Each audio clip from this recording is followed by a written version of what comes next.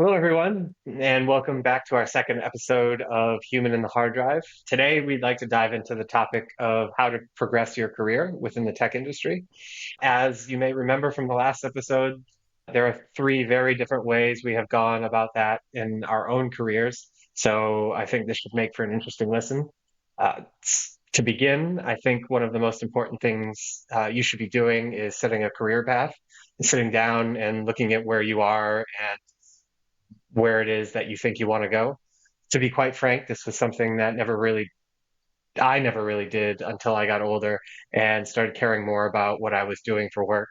I really hated the sort of service desk stuff that I was doing and knew I not only wanted to be making more money than I was at the time, but also really wanted to be doing more important things other than telling somebody to reboot their PC or entering in an admin password to install software. Of course, there were a lot of Those jobs are important too, Jason. yeah, I suppose they are, but yeah, it's not the most fulfilling part of tech, to be honest. So yeah, I want to throw this over to you guys. Is this something that you've ever done before, or if you haven't, do you think it would be useful to you? And by that, obviously sitting down and thinking about the direction that you want to head and what it is that you guys want to do.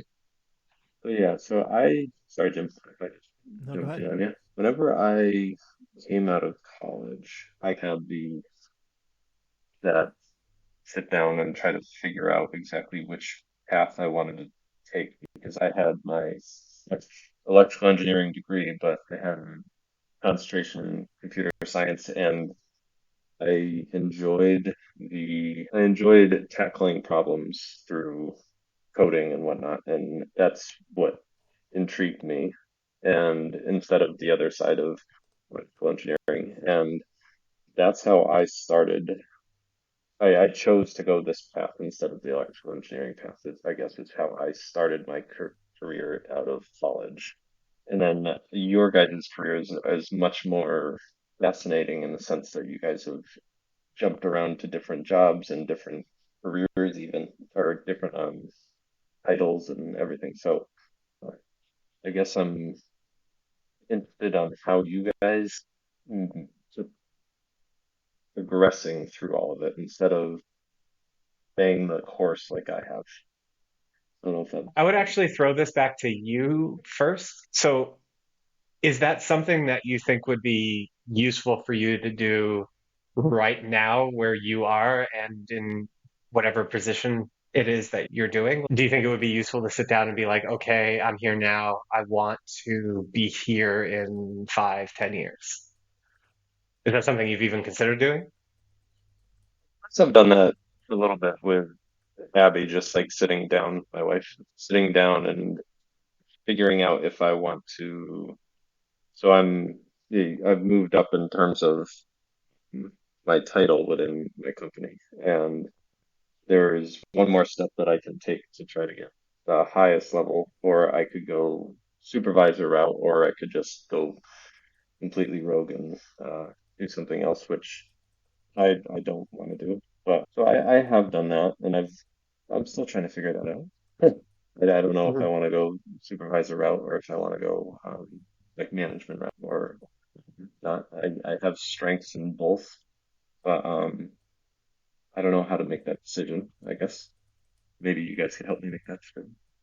But Yeah, I mean, it's a tough one for sure, especially for someone like you who's worked in the same company for such a long time and you've basically, I don't want to put words in your mouth, but I assume you've basically been doing like the same type of thing for the entire 13 years that you've been there or whatever. If you don't have a lot of options, I suppose it makes it easier. But yeah, Jim, I'd be interested in hearing your side of this as well. Yeah, just to give a little context, when I was younger, I had basically no career path whatsoever. I was shooting in the dark, didn't really know what my interests Same. were. I feel like work was a secondary thing to me. Like I wanted to be a musician, and work was just something I had to put up with to find time to be a musician. So I was meandering, which I think is great for a young person to do because you get exposed to some different things and you find out things about yourself. And how are you supposed to know if you haven't really found something that clicks? As I started actually getting my foot in the door in a tech path, like I started figuring that this career would be good for me, becoming a programmer, and I was really interested in the work, and I liked the lifestyle that I thought I could get out of it. As I started getting more and more into that, like it became an obsession for me. It wasn't just like I was clocking in 9 to 5. I was spending lots of my free time learning how to code, and I was joining tons of tech meetups in the community, meeting other folks, learning about different technologies. So I was like really in love with the whole process. Like in terms of working at a company, I never really felt like I was that great at like climbing the corporate ladder. I think my big problem was that I always wanted to climb faster than is reasonable. Like I would show up kind of day one. I'm like, when can I be the CEO? Like it didn't make any sense. And my ambitions were always way beyond probably my skill level and like just like putting in the reps to get to those levels. So I feel like I was always just like anxious to push forward. And then you became the CEO. Yeah, this is actually a funny thing. So I think I was always like, actually, there was a company I worked at that I really liked that I was getting on this path to be like a middle manager there, which was a pretty good career path based on the structure of the company and where I came in. And so that was cool. And I think actually the reason why I was being slotted for that is because I was super enthusiastic about the company. I love the company. I love the culture. I loved what we were doing. I really like the management. And I feel like your boss really notices when you're enthusiastic and you really care and like you're putting the time and you care beyond just like plugging in. So I think that's the reason why I was being slotted there. But I remember thinking at the time, I was like, I don't want to be the middle manager. I want to be like the boss's boss. Like I looked at the top people in the company. I was like, that's what I want to be. And I don't think I gave enough credit at the time to how my success in that moment was based around the company's structure and not the fact that I was just like someone who could do everything on my own. I was like, I could do this on my own kind of, right? In my head. And I don't think I realized how much that rigid structure and what they had built in the marketing and in the name, like how much that influenced the impact that I could have. Because when you go out on your own, you realize like nobody cares about anything you're doing at all. And so that was one thing that, this is a completely aside, but this is like the whole like Marx who owns like the means of production kind of thing. Like everyone thinks companies can't exist without workers and workers can't exist without companies and this and that. And both are true. But I think what gets lost in like the public discourse these days is people don't realize that their labor is only valuable if it can be plugged into a structure in some sort of way. And I think everyone just thinks that their labor is inherently valuable. And I found very quickly starting my company that my labor wasn't that valuable until I figured out how to get that structure in place. So for me, it was weird because I went and I started my own company. It's just now it's different. Like I'm not really climbing a ladder. It's like some years are better than others, but it's a lot different about how to like actually figure out how to make more money and have more responsibility and stuff. It's much different. Brian, I'm curious, like you work in a company that's pretty structured, right? So in terms of, I've worked in places where people are paid vastly differently, where some people are paid like 3-4x what another person's paid. And sometimes people in the same position are paid like twice as much. So I assume that doesn't happen that often at your company because you have a very structured tier system. So I'm curious, and Jay, I feel like you've gone to many companies where you're making these big jumps. So I'm curious what the difference is between those two things. Do you like the structure, Brian? Jay, do you like the fact that you can like leverage yourself above other people? Is that stressful? I don't know. Yeah, sure. So I'll let Brian field this one first. Mine is very structured. Whenever I first started, it has changed some since then. Back then, it was like you could get a certain increment of a raise each year, and depending on how your staff or your management felt you did, and if you need to catch up to your peers and you're doing a good job, then you get those higher tier raises. Now they have more flexibility because they wanted to give better raises to the higher working, better employees, and I enjoy that model much better because it's way more rewarding and it gives people motivation to work harder. So props to my company for changing that. But I enjoy knowing that if I work hard every year, that I'm going to continue to make more. Yeah, I think that's what you're asking, Jim. But at the Well, same time, I can't leverage myself and be like demand things and expect to get them. I might be able to push some weight around, but I can't leverage myself in a way that I could easily say, give me this or I'm out, because my company will be like, all right, see ya. Because as important as I am, I'm just another dog. You know what I mean? yeah, and I guess my point was not so much as expecting like you get like a guaranteed raise every year because I think a lot of people get some kind of cost adjustment most years. It's more, do you like the fact that you can approximate what people are making around you and that like nobody like you don't have to like because I feel like some of the unhappiness is comparison, right? So if you feel like the person sitting next to you is making 50% more than you. It can make you angry when ultimately the money doesn't really matter at certain levels. So I don't know if you like the fact that it's okay, I'm climbing, I'm maxing out the tier that I'm at. That makes me feel good. I'm doing as well as I possibly can do. Or if you wish you could just like turn it up and I don't know. Yeah, so that would be, like I said before, I'm one step below the highest level. So I can turn it up and then get that promotion if I wanted, but it's just that much more work and more responsibility, which at this point in my life with kids and everything, it's hard to do. So I'm happy where I am right now, but doesn't mean that I won't be going for that level at some point. But yeah, sorry, my dog is. Go ahead, Jay, you start.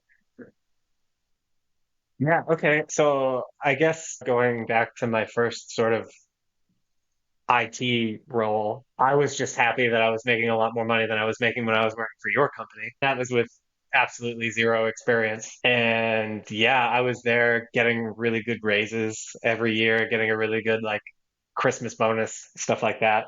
Then when I left to move to Australia, I was making the same exact dollar amount, albeit in Australian dollars, that I was in Boston. So again, pretty satisfied with the way that things were going.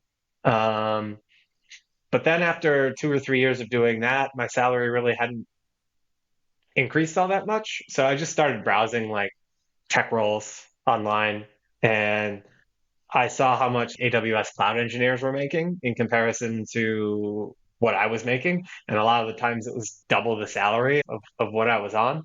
And to me, I had a lot of experience with server management. I had a lot of experience with like network troubleshooting, all that stuff. So it seemed to be that it, at least in my opinion at the time, it seemed like a very easy thing where all I need to do is get a cert in AWS and I'll be able to move over into that direction. And then once I did that, I received like a $25,000 a year pay bump just by switching roles that like that, and then moving through companies and then changing the way the sort of the type of roles that I was accepting was going from permanent employee to contract role. That again, the contract roles are massive pay bumps to being a permanent employee. The only downside is you're looking for work at say every 6 months as opposed to whenever it is that you want to leave the current role that you're in. But just getting back to the whole sitting down and planning things out, that never really entered my mind until say last year, right? Because I was working in a position that I didn't find all that fulfilling. It was a lot of sort of, as they say over here, I don't know if it's a common phrase in the US, BAU tasks. So business as usual. So a lot of these just like again, just like service desk, mundane tasks. So I sat down and I was like, okay, this is what I'm doing now. I have these skills. Where in AWS do you want to go to? And in cloud, there's a lot of different roles, right? There's cloud engineer, there's cloud operations, there's cloud administrator, DevOps, DevSecOps, platform engineer, architect, security engineer, networking engineer. So ultimately, I did sit down and plan out where I want to go ultimately. It's not really about climbing the corporate ladder per se, just because I feel like if that's what you're doing, you're talking more about management and getting to those like C-level positions. I feel like mostly for those, you need like an MBA or something like that. Just completely unwilling to go back to school and spend more money for something like that. I'm happy to pay for online courses and exams and stuff like that, but paying like a university money is just like out of the question, in my opinion, nowadays. So I think actually sitting down and figuring out what it was that I wanted to do actually did aid a lot in my ability to bump up my salary. So just for reference, factoring in this last role that I just came out of, if you average that out over a year, I'd be making about 2.5 times more than I was when I was working on service desk. Um, That's crazy. yeah, I think it does really have a lot of value if you're someone like me in my position where you've bounced around a lot, you're trying to figure out what you want to do. What is it that you're actually doing about take the things that you like in your current role and how can they be applied to the role that you're looking to get? Yeah, and Jay, you and I are pretty candid with each other, so I follow your journey vaguely, and I've always been Yeah. astounded about like just it's like just jumping up, and it's just man, the sky really is the limit. If you're very good also with networking with recruiters and like finding the right positions, and also like bettering yourself with certs and stuff. So it's a lot of work. Don't get me wrong, but it's been crazy to watch that journey. So I've definitely heard that the whole adage like jumping around can really raise your salary, and you've certainly done it. I'm curious. I know you at one point were like meeting with a career coach, right? Did that help you set back and figure out what you wanted to do or point you in a direction, or was that useful to you? Yeah, it was. He got me to, this is probably, I won't even say probably, this is definitely something that I could have sat with myself and ultimately come to the same conclusions that I did with him. But I do think that he knew the right questions to ask, and it helped me get to those decisions a lot faster than it would have if I had tried to have done it just on all on my own. He was very good at pushing me for answers when I wasn't like comfortable necessarily giving answers, or even if I didn't know. Like we would meet 1 hour a week for 3 months. And every week after that hour call, like I'd have homework based off of something he wanted me to, or something he wanted to get out of me after the next session. Um, he's one of those guys that it's funny because he works with a lot of tech people to help them have better and fulfilling lives outside of work. And I contacted him for the exact opposite reason. I was like a lot more satisfied with my personal life, but work was just a disaster at the time. And he also came from the tech industry, so that was really helpful. But yeah, 100% would have done that again. I remember some of the stuff you're talking. So I had read a book. Well, I read a lot of business books, but there was this book called Will It Fly, and I think if I remember, it's been a while. But it's like the same idea of like goal setting. Like, what is my ideal life? It's what is my ideal life from like a health perspective, a family perspective, like finance, and like Yes. Yeah, I was going to say that's basically exactly what it was. Like at the very start, he had you plan out personal goals, health goals, and professional goals. And like that was just like a very initial like kickoff meeting with the guy, yeah. and they're very fluid goals, so every couple of weeks we go over them again and he'd be like, have any of these changed through the work that we've been doing and stuff like that. And Mhm. yeah, it was really helpful to keep me accountable. Like he'd be asked, he'd out like I'd set 3 month goals, 6 month goals, a year goal, and like a 5 year goal. And like constantly, like for those 3 month goals, he's asking me, like, have you made progress on this? What are you doing? And stuff like that. Mhm. And it sounds stupid because you're paying this person a lot of money. But at the same time, it's the same thing about hiring a personal trainer at the gym. You know what I mean? You don't need a personal trainer to to make you work out. Like a lot of, especially for me, I'm just like, why do these people pay the personal trainer when they can just go work out? But Mhm. it's just like you're actually paying for that person to keep you accountable for the things that you say. And he was one of the biggest reasons why I left one of my roles and got one of my most recent one, which was, yeah, just a huge bump for me. Yeah. The sad part for me is so I actually found I made a worksheet in 2017 or something. I think it was 2017 when I read Will It Fly. My goals are like exactly the same as my goals today. I've accomplished nothing in that period of time, so I probably should have hired somebody to keep me accountable. I was looking through it like I literally could have written it today because I was like, I'm tired of all this and I want to do this now. I was thinking the same thing. Was that like however many years ago? 7 years ago? It's just so sad. Brian, have you ever done any of that Yeah, kind of like life planning stuff? Like actually Life, writing it down. We all think about it all the time, right? yeah, life-wise, sure, not career-wise, because I've been satisfied with what I have been doing and progressing within the company. So I wouldn't say that I planned out and wrote things out in terms of progressing throughout my career.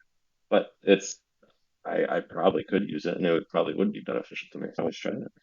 speaking to Brian, like one of the things that I wanted to talk about was like career pivoting, right? Essentially, that would be what you have to do at this point if you wanted to do something else, because we mentioned in the last episode, you work with proprietary code that isn't used anywhere else in the world. If you wanted to get another programming job, obviously you'd still be programming, but there'd be a process to get there, I would imagine. Is that something that you've ever thought about?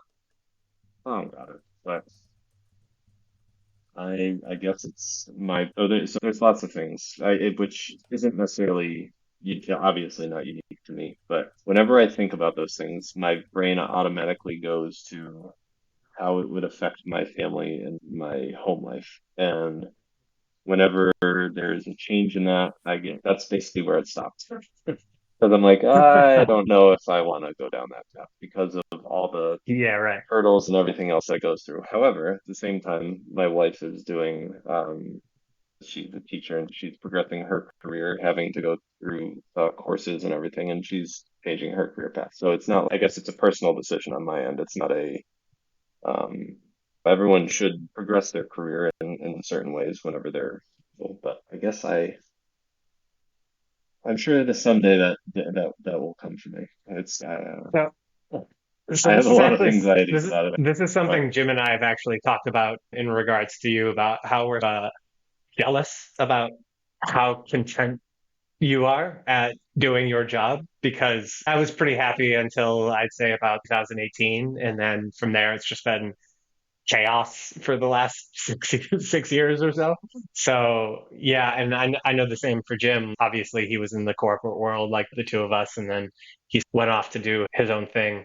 But yeah, like him and I both definitely realized it's not necessarily a disadvantage that that you're not looking to do any of these things. You know what I mean? I would 100% rather be uh, happy where I am as opposed to like looking for the next move. But you yeah, say that's just that, the but reality of my situation.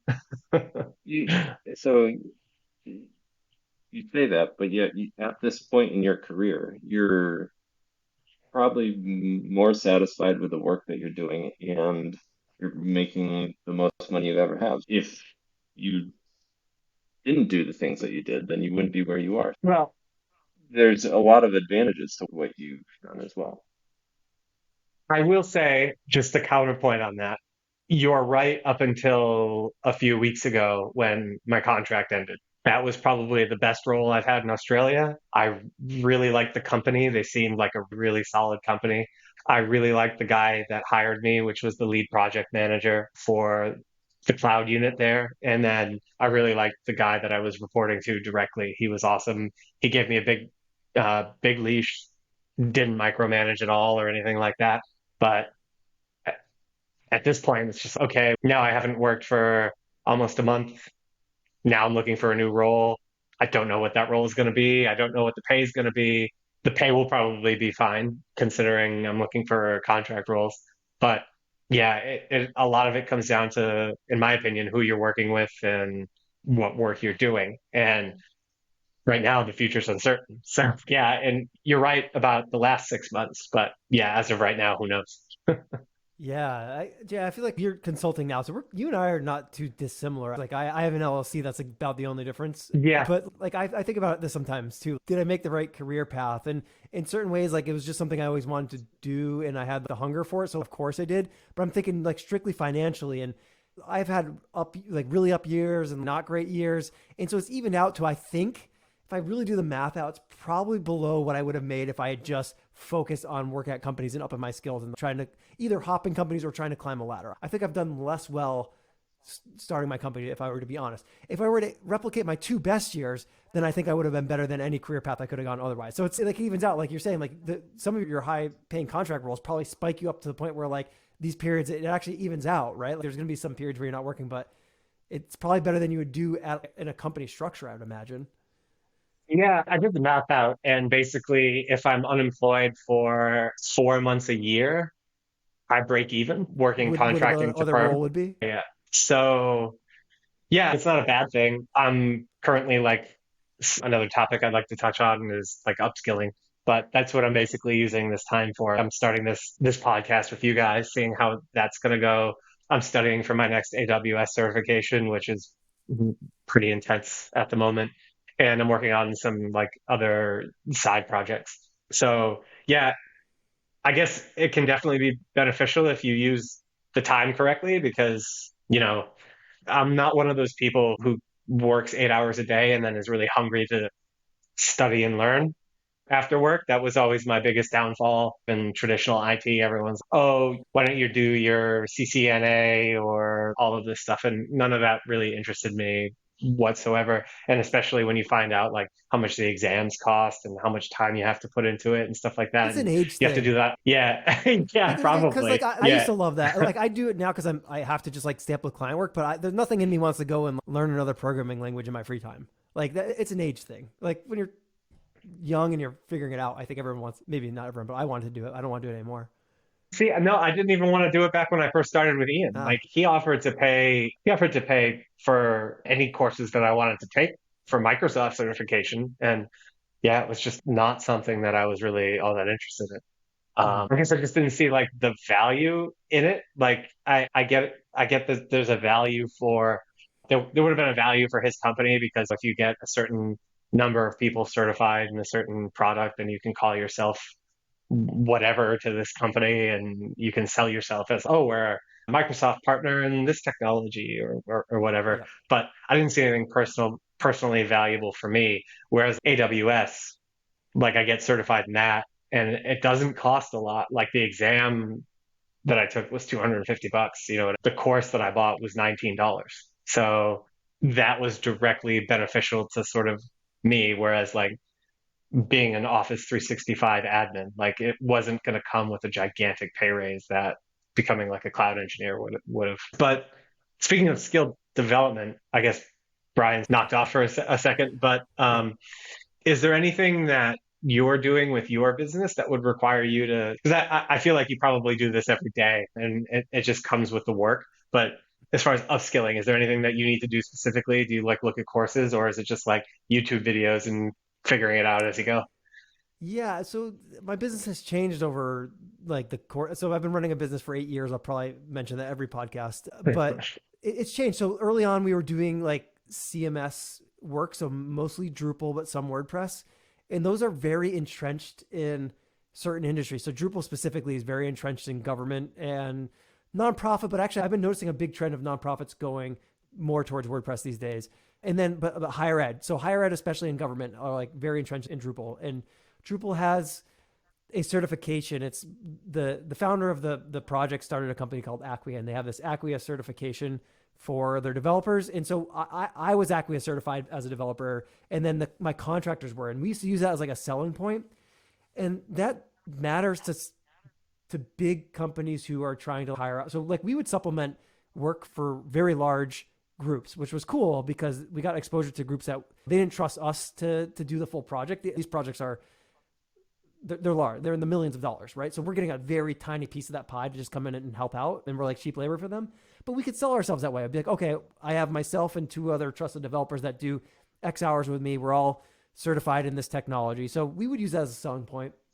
I like the stuff I'm doing now. I've been like really going back to like brass tacks about like believing in the technology that we're using and trying to build on. So like we're doing stuff that's a little different. It's less entrenched, and I'm just trying to focus on getting the technology that best suits the need and also lowers the barrier of the cost of stuff. So Drupal in a lot of ways is great in terms of, I would consider it legacy. So it's great if you're a consultant because these companies are literally spending millions of dollars. So they don't think twice about in the hundreds of dollars per hour paying you for a rate. So like that's pretty good for someone, especially like new people can get like pretty good rates. Like you could be junior and I think you could get your hourly rate above $100 an hour, which is kind of crazy. So I think it's great for that kind of stuff, but I don't think anyone's building, no offense to all the Drupal companies out there, I don't think anyone's building innovative web solutions on Drupal. I think it's just servicing these legacy, don't risk anything type companies who are like, we want to do things the way they've been done for the last 20 years because it's literally been around for 20 years. And we'll pay you a bunch of money to do it. We have tons of expenditure in this already. And I think it's great for that. And certification, that stuff helps.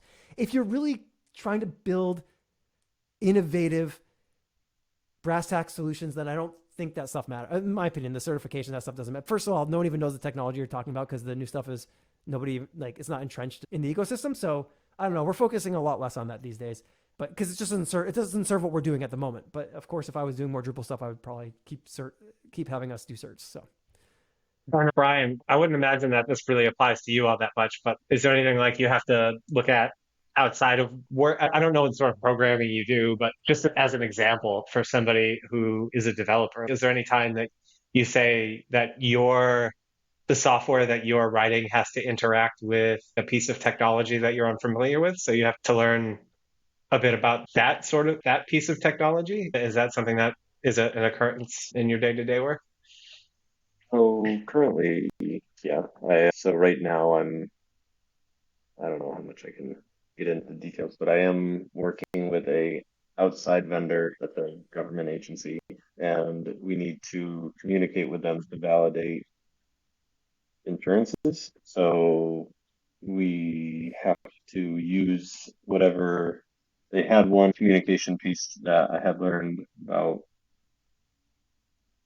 7 years ago, and then now it's updated and we need to use the new communication piece. So I've had to learn that and learn how to swap and all those things. So there's some small pieces of it, but usually it doesn't apply to me all that much because I'm using the same stuff over and over. Although my company does develop, so we were just a client-based software, and then we moved to the web where you can, and we had to rewrite our screens and our code and everything using that new technology. So I've learned new things within my company's code bases. So I know we know how to do it as programmers. It's just a matter of how useful it is outside of my company is a downside for me. But yeah, in terms of progressing careers, at least, if you want, in terms of downsides. I have so many questions about Brian's software stack, but I don't. It's probably not the appropriate time. We should have an episode where I just want to just like shotgun blast Brian with questions Yeah, about his software stack. It's so like a Grill fascinating that Brian you episode guys or are something like that. I so you guys' careers are what I think I've been doing the same thing for so long that it's mundane, but it's I'm so used to it that it's not. Whereas you guys do stuff. But actually, I wanted to ask you, Jim, in terms of pivoting careers, is that something that you've ever thought about in terms of where you are now, like running your own business? Have you ever thought about going back to the corporate world? Oh yeah, yeah. It's like a dirty fantasy. Yeah, like anyone. I don't know. You guys know I've been running my company for a while, and like we're not like experiencing massive growth, so it's just like a grind, which is good. Like I do care about the work we're doing. We're doing work for a lot of great clients, mostly nonprofits, so it's rewarding in that way. But it sure is hard and not super lucrative in terms of financials, at least the way that I'm running it at the moment. Yeah, I've thought about it a lot. Honestly, there's definitely been times in the last several years that if I thought I could have cleanly broke from it and not left anyone hanging and delivered things and made everyone feel like they were whole, I would have gladly shut my business down and go work for somebody. Honest, that's the honest truth. Am I glad that I run my business? Yeah, I am, because there's a lot of aspects I like about it, even though it is hard. I've had the fantasy of just becoming like a farmer, Jason, right? Like it's like getting out of technology Oh, who entirely. hasn't?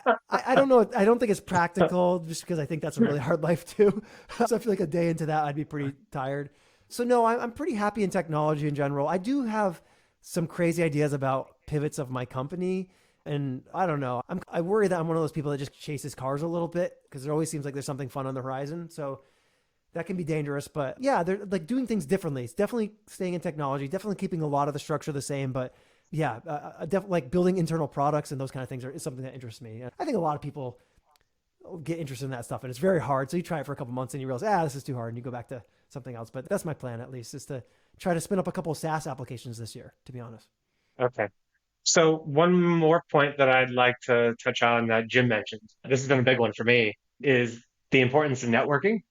So I can see ways that would be important to both of you, but I'd like to hear you each talk about it individually if you have some sort of idea about how that applies to you. So happy for either of you to go first. Okay. Yeah, I can go. Networking's been huge for me. So most of my networking has come from like legitimate interests. So I go to tech meetups. I used to be an organizer in a few. I guess I vaguely am an organizer in one that doesn't really meet up anymore. But yeah, I met a lot of people that way. I actually made many great friendships. Some of these people were at my wedding. A lot of like really, actually like several projects I've gotten for those people that were at the wedding, like through friends I've gotten just by knowing people and being in the industry and be like, oh, Jim runs his business doing this technology. I know this person needs this. It's been huge for me, to be honest. And I actually think that I should probably get back to. I don't do it anymore. And ever since COVID, I just stay in my house and I don't really leave. Even though you can go out and go to meetups again, I don't do it. I would like to do it because I genuinely find it fun and interesting to meet with other people doing similar things, and it's been like completely huge and instrumental in my career and especially the company. So yeah, it's huge, and it happens in ways that you It's wouldn't expect too. It's not like you go in there and you think you're going to get a project in a certain way. It's just weird, like through the grapevine, things happen in strange ways, which is cool. you So yeah, are you are you unable to do that just because of the your like daily grind? You talking about how much you have to do on your daily basis. Is it just that mean you're at a point where you just couldn't fit it in, or did you lose the bonus time? yeah, no, that's a good question. I guess, yeah, there was definitely, it's been like crazier than most times for me, like just getting work done. So, yeah, like even if like literally in the last probably 2 years, if someone's, hey, I have this great new project, will you take it on? I would have said no, just because I felt like it was hard enough delivering the work that was on our plate. In the future, that maybe that would change, but for now, I'm happy with what we have. So, yeah, that's part of it. I guess I wasn't really looking for too much, and I was also very I feel like over my limit of capacity to do stuff. So yeah, I was definitely a little bit slower on like meeting up with folks in that way. But I would definitely like to get back to it. I do genuinely enjoy it. So One question that I have to pose to you, just for anybody who's interested in doing stuff like that, where are you finding these meetups? Because a lot of people might not even know where they should be looking for that sort of thing. yeah, I guess this is another benefit. So I'm close to the city of Boston, which has a pretty good tech scene. So that helps. There's a ton of things going on. I mean, I was an organizer of the assistant organizer of the Drupal meetup. I started a meetup called the Jamstack meetup there. I've gone to like Laravel meetups. I've gone to Go meetups. So like there's literally something every night of the week to go to, and that's fun. If you don't live in a major city, it's a little harder, but some of these meetups, especially since COVID, are doing remote things so you can dial in a lot of times and just hang out. But you don't I get this, I don't guess think you get the same level of networking that way, to be honest. I guess what I'm asking is more specifically like what platform are you Uh, finding these meetups on and stuff like that? I I hate to plug them because like I'm a customer and they rip you off. The meetup.com, but they do a good Yeah, job. Maybe they're okay. not rip off, but they do synthesize and promote things. So honestly, like my meetup that I started has I think like 2,000 members or something like that, and we would never have gotten that traffic without their promotions through their platform, right? So maybe it's worth it. It costs money to run a meetup, which is fair. You have to make money. I don't know why I'm mad. I Mm. get mad at people when people charge me money. I just get mad just inherently. There's no reason. So yeah, that's definitely a good place. It's probably the best place to go. Twitter's pretty good for tech stuff. I don't know if you're gonna find meetups that way. And I don't know. Follow your heart with what you're interested in terms of networking. So the conferences I've gone to that I've been interested in, like I used to go to some for my end users, some nonprofit conferences to help with technology and stuff. Great connections that way. Got some projects that way. But I genuinely wanted to go. And the one conference I went to that I didn't want to go, I went to this business conference in New York one time. I drove down there. I spent all day like driving. I went there.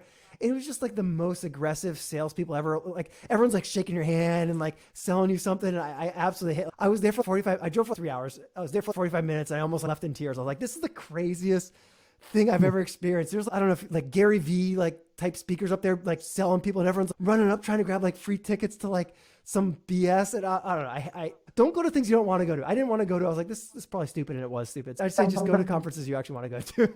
Like, don't do that stuff. How about you, Brian?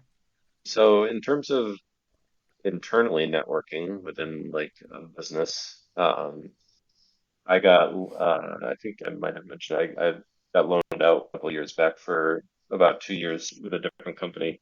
And whenever I did that, I made sure to tell everybody who I was. And through working hard and doing a good job there, I was able to meet a lot of people.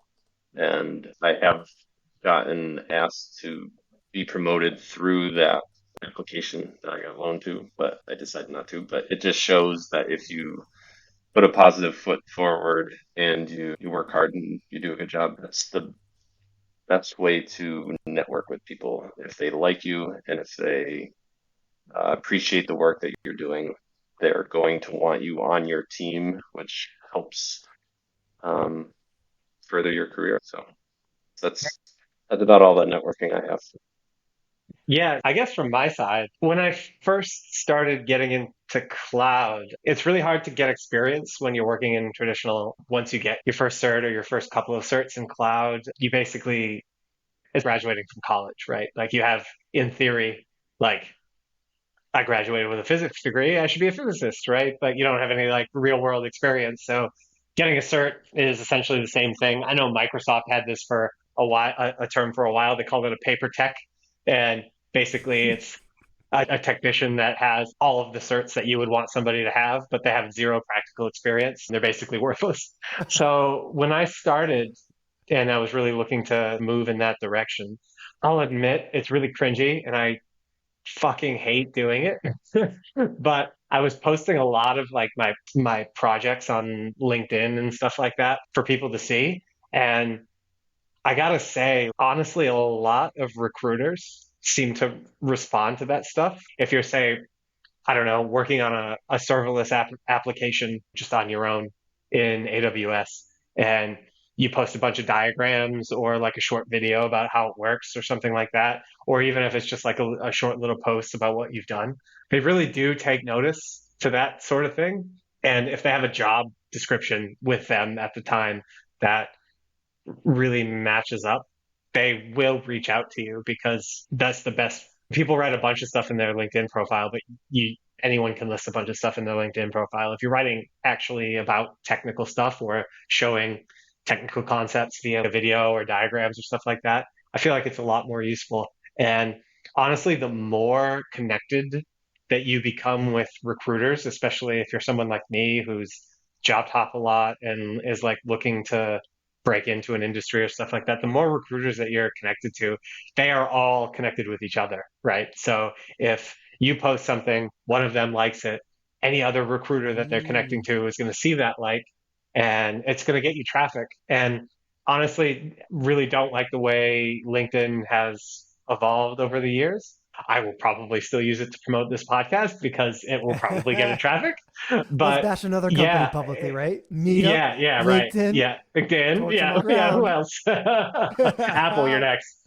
We're gonna Um, get sued here. but no, it's by far the most useful tool I've ever seen as far as finding a job. And another example of working with recruiters, like there was this guy, almost, I'd say it was about 18 months ago, right? He got me an interview for a company, really liked the people that I interviewed with. They submitted a contract to me. The only thing was I was also interviewing with another company at the same time, which was more along the lines of the type of work that I wanted to be doing, even though I maybe had a better feeling about the other role. But I was really open and honest with the recruiter the entire time throughout the whole process about me interviewing with another role for another role. At the end, it just turned out that the other company got me the contract before the company that he put me forward for got me a contract like 3 days ahead of time. Ended up signing with them, but we had a really good relationship because of that whole process. And the following year, he is the one who reached out to me again and he got me my last role, which was a contract position. And it's by far been the best role that I've worked in since moving to Sydney 6 years ago. And also, like, I still keep in touch. I don't know if this is like very common with everybody. I suspect it's not, but I really have a tendency of becoming really close with my managers. So Yeah. the last job I worked in Boston, I still talk to my boss from there. I still talk to my boss from when I was working at the same place that Brian works. I am still in contact with, I'd say, maybe 5 or 6 of my bosses since moving to Australia. I also think that's pretty valuable as well because you never know when you're going to need a reference for a gig, and that's something that's completely just invaluable. Totally. I feel like I'm hearing both you guys say the same thing, like how important soft skills are. And like Yeah, in my yeah. experience, I 100% agree. Like you need to be able to do your job. Don't get me wrong. You can't just like not be a programmer and get a programming job. Like you need to be able to do it. But almost in my experience, more important than just like being the best. Be a night. Jay, you said something like being honest with the recruiter. Honesty, like Brian, you're like talking about being liked by your team, being kind, like those things. Like they really do translate. Like seriously, for all the junior people, the world seems big, but it's not. Don't burn bridge. There's some people that you're going to work with that you honestly, and they're crazy, right? There's crazies out there everywhere, and they deserve all the hate you want to give them, but don't burn your bridges. Mhm. Try to be a kind, honest person. Like, and the weirdest connections and ring around the rosies have opened up doors for me that like make no sense whatsoever. And literally just by I did something offhand that was nice to somebody or something, and like a weird thing comes around. It might be my biggest project for the year has come out of those things. So I don't know. I'm not saying go around, don't kiss people's ass, be genuine. Don't go around. It's not being nice by not respecting yourself. Have respect for yourself, but try to be kind when you can and focus on your soft skills. Building off of what you said, two more quick examples. One of my posts on LinkedIn maybe about a year ago was basically me saying, "Hey, I broke into AWS, got hired at a big four company with no experience. If anyone else wants any tips about how to break into the industry, feel free to message me." And this guy from Canada reached out to me, and I don't know if mentor is too strong of a word, but him and I were in contact for a couple of months while he was like asking me questions, and he'd be talking to me about projects he was working on, and I'd give him advice, telling him like where to look, but not giving him the answers or anything like that. And basically like what he should be looking to do as far as like applying for roles. And because a lot of people in tech, they might not think they're qualified for the role, even though they are. Like for me, working as a cloud engineer for a big four company with zero experience and only the lowest level AWS certification to my name, I was just like, I don't understand how this happens. You know what I mean? Like it was just a wild thing. I certainly always encourage people to just go for it. And yeah, the other example has slipped my mind, so I don't remember what that was. Dude, really, I like that guy reached out to you. Like when I started my business, I reached out to I was in Western Mass at the time. Like I started my business at the same time a bunch of family things were happening with me. So it was kind of like all these things were happening together. So I moved out to Western Mass to be with my family. And I reached out to all the little business owners in the area, and I got lunch with them. I like offered to buy them lunch, and I sat with them. Half of them were just like trying to hire me basically, and they weren't really being that helpful, but I got some really good advice from the cooler ones, and they still stick in my mind as like people. I'm like, I respect that person. Every time I see their company, I'm like, yeah, go win. Like I root for them. You know what I mean? And there's a couple others where I'm like, screw that guy, but I don't wish any harm upon anyone. So I think it's fun to definitely reach out to people randomly. People are willing to help. Like everybody was willing to sit and meet with me. I do have a question, Brian, for you. I know we're probably close to wrap here, but you're like a self-proclaimed shy guy, right? But you've talked about how important like these soft skills are. So like I don't think of this as you have to be some like, you don't have to be the person that's speaking the most in a room to make these connections, right? What is your strategy, or what does it look like? Is it just being like a genuine, nice person trying to be helpful? What does your strategy look like? It's pretty much that. It's just being a genuine person that people definitely gravitate to that, and being kind, being nice, but genuine at the same time. Because if you're not, people can tell whenever you're being fake, and whenever you're being the real you and doing it with kindness, it's people like that and want to be around that. That's how I've done it. I am a shy person. It's skills that I've learned throughout my adult life. I didn't learn it very much whenever I was in schooling, but yeah.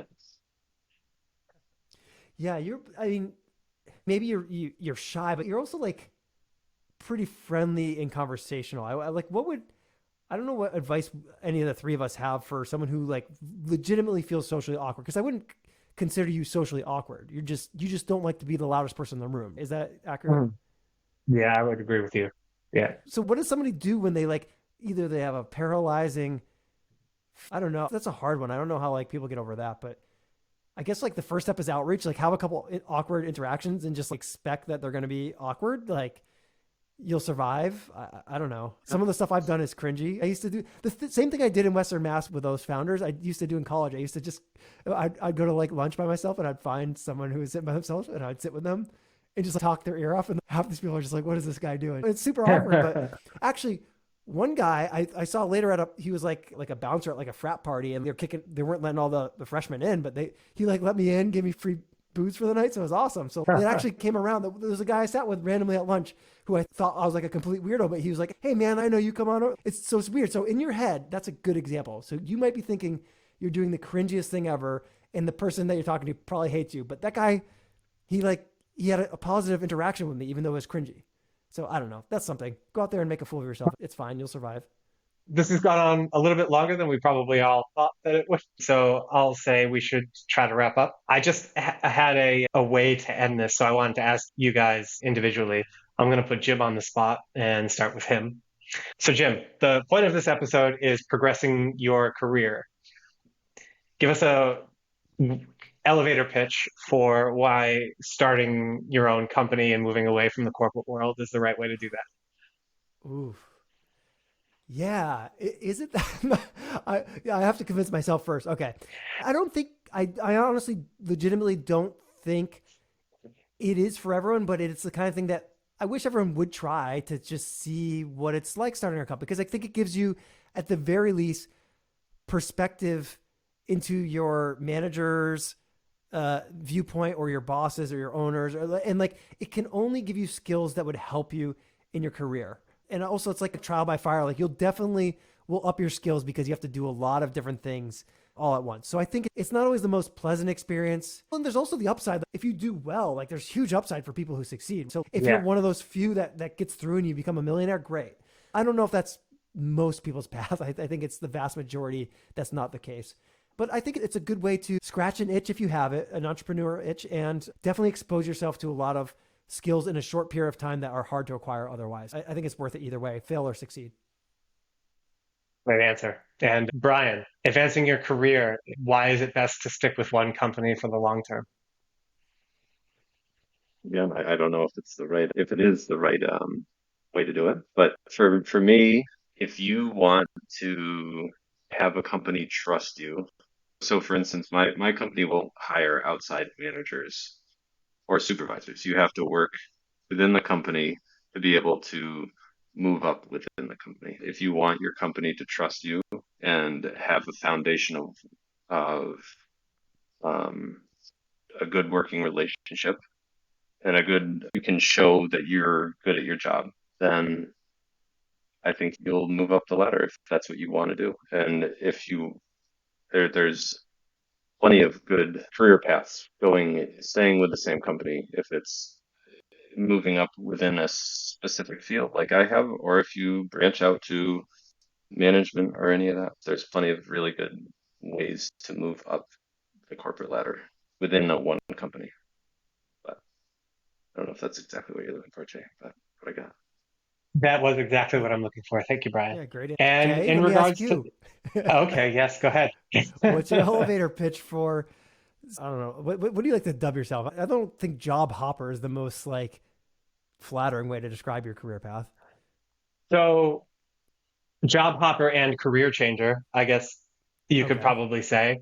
So, yeah, for me, coming over to Australia, working in traditional IT for 3 years over here, job hopping was great because it got you familiar with a bunch of different tech stacks, especially working in MSPs, right? Because usually MSPs have a certain offering, right? So whether they're hosting people on VMware or Hyper-V, or whether they're using Microsoft Office Suite, what type of networking appliances they're using, if you change jobs frequently, you get exposure to a lot more tech, which means that you'll meet a lot more job descriptions overall because the odds of you having say 75% of the skills that you're looking for is very high. Take it to today, where I'm working in contracting as a cloud engineer, more money than I ever thought I would ever make coming out of college. And you do, unfortunately, have to do a fair bit of job searching every once in a while, but you're not doing that. You have a bunch of time off where you can do whatever it is you want, whether you're upskilling or just taking it easy for a little while. Nice. I think that's probably a good place to call it. Thank you for everybody who joined us for the second episode of Human in the Hard Drive. We'll see you for the next one.